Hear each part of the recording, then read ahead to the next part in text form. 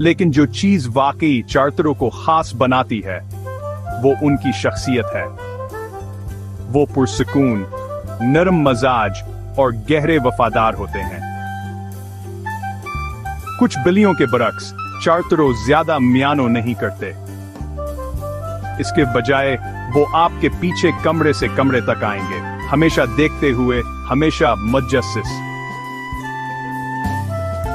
अगर आप पाकिस्तान में हैं और बिल्ली पालने का सोच रहे हैं तो चार्टरों एक नायाब खजाना है। वो खानदानों, अकेले रहने वालों, यहां तक कि बच्चों वाले मसरूफ घरानों के साथ भी आसानी से घुल मिल जाते हैं।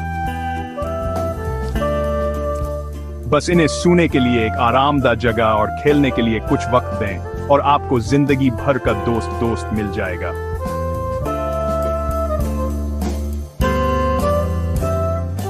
तो अगली बार जब आप एक मुनफरद साथी की तलाश में हों तो चार्टरों को याद रखें। खूबसूरत, पुरअसरार और बिल्कुल प्यारी ये एक ऐसी बिल्ली है जो वाकई नुमायां है। देखने का शुक्रिया और तबसरों में अपनी पसंदीदा बिल्लियों की कहानियां शेयर करना ना भूलें।